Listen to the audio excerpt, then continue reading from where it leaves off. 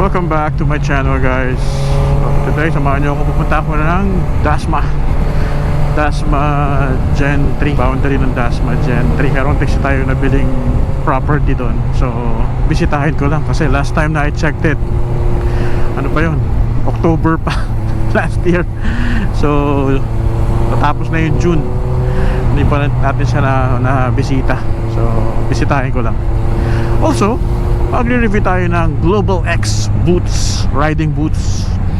So gamit natin siya ngayon, guys.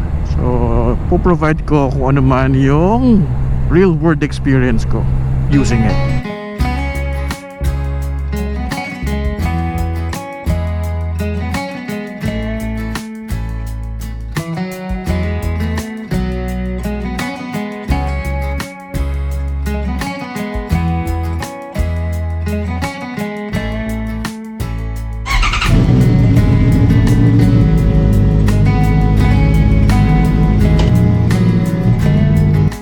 Simulan natin, guys, sa looks. So that's our number one pros.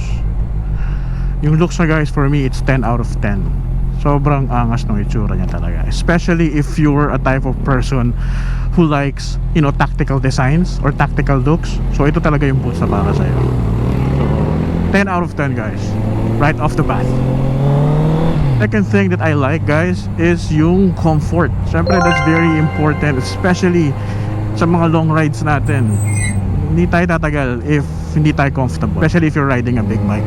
Kasi on your right foot, you have to, that's for your brake, and then sa left foot, it's for your shifter. So if hindi comfortable yung paa mo, hindi talaga tatagal. Riding it for 15 minutes now, ang gaang niya pa rin sa paa.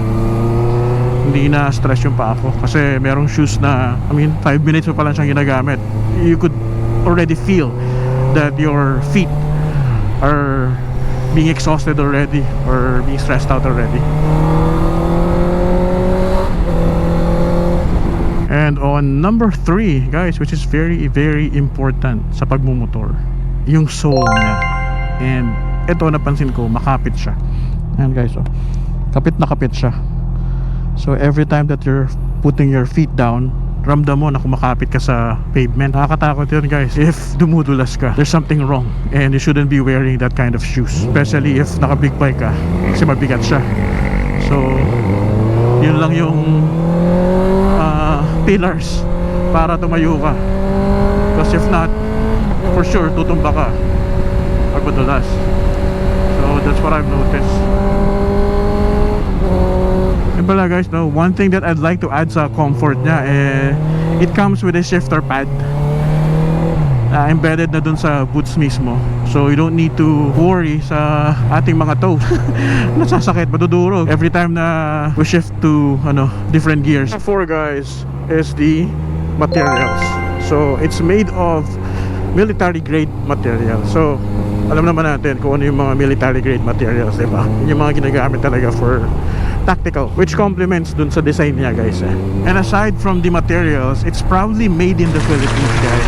So siyempre, support local products, diba? Why do we have to spend a lot of money buying imported products if we can purchase it locally, if we can purchase something locally for the same quality? Sometimes mas maganda pa nga yung quality nun sa atin. Number 5, guys, is the price point. So a pair of costs just around lang, guys, a little over 3,000. If I'm not mistaken, 3,200. Yun lang yung price niya. So very cheap compared dun sa mga ibang riding boots na mabibili natin in the market, diba? Given sa quality niya and sa design, sa looks, right? Introductory price ata yun, guys, yung 3,200. So grab the opportunity while mababa pa yung presyo niya. Kaka-launch lang nito sa market, guys. You get a chance to be one of the pioneer owners of this boots. Medyo nagmamadali tayo, guys, kasi late na ako dun sa kausap ko. So overall, guys, will I recommend this boots? Oo naman, highly recommended yung boots. Sa presyo niya, sa looks niya, sa materials na ginamit sa kanya and all, definitely. If you are interested in purchasing this boots, guys, please check out the official Facebook page of Global X. So ito, guys, post ko na sa screen sa harapan para makita nyo.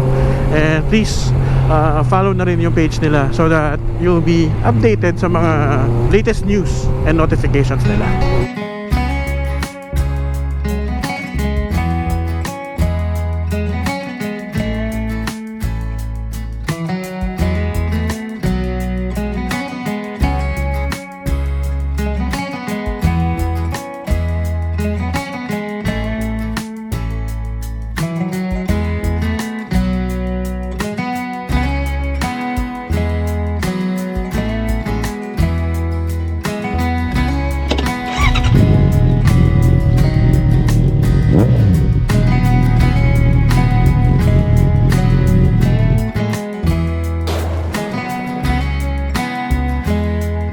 Andito na tayo guys sa ating kunting property. Chat ko muna si Edwin, siya yung nagbenta ng property sa akin. So bago ko dumiretso doon, meet ko muna siya.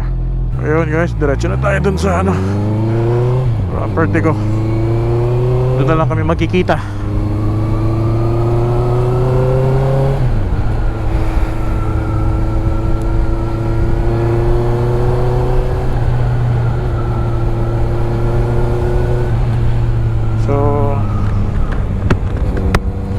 So anyway guys, so dito na naman tayo sa ending part. So again, thank you so much for tuning in, and if you haven't subscribed to my channel, please subscribe and follow and share and like whatever. And again, thank you so much guys.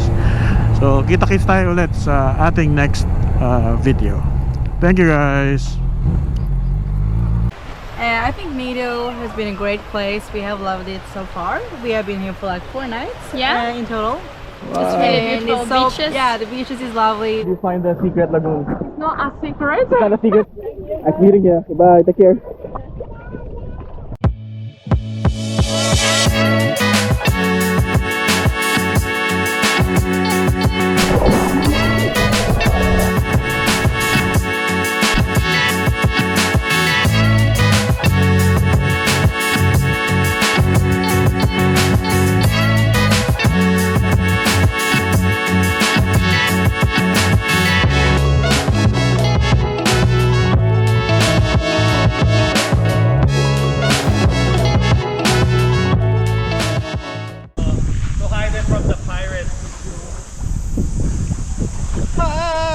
Ano masasabi niyo sa Hidden Beach? Natagpuan na namin siya, hirap hanapin. Hindi na siya hidden ngayon.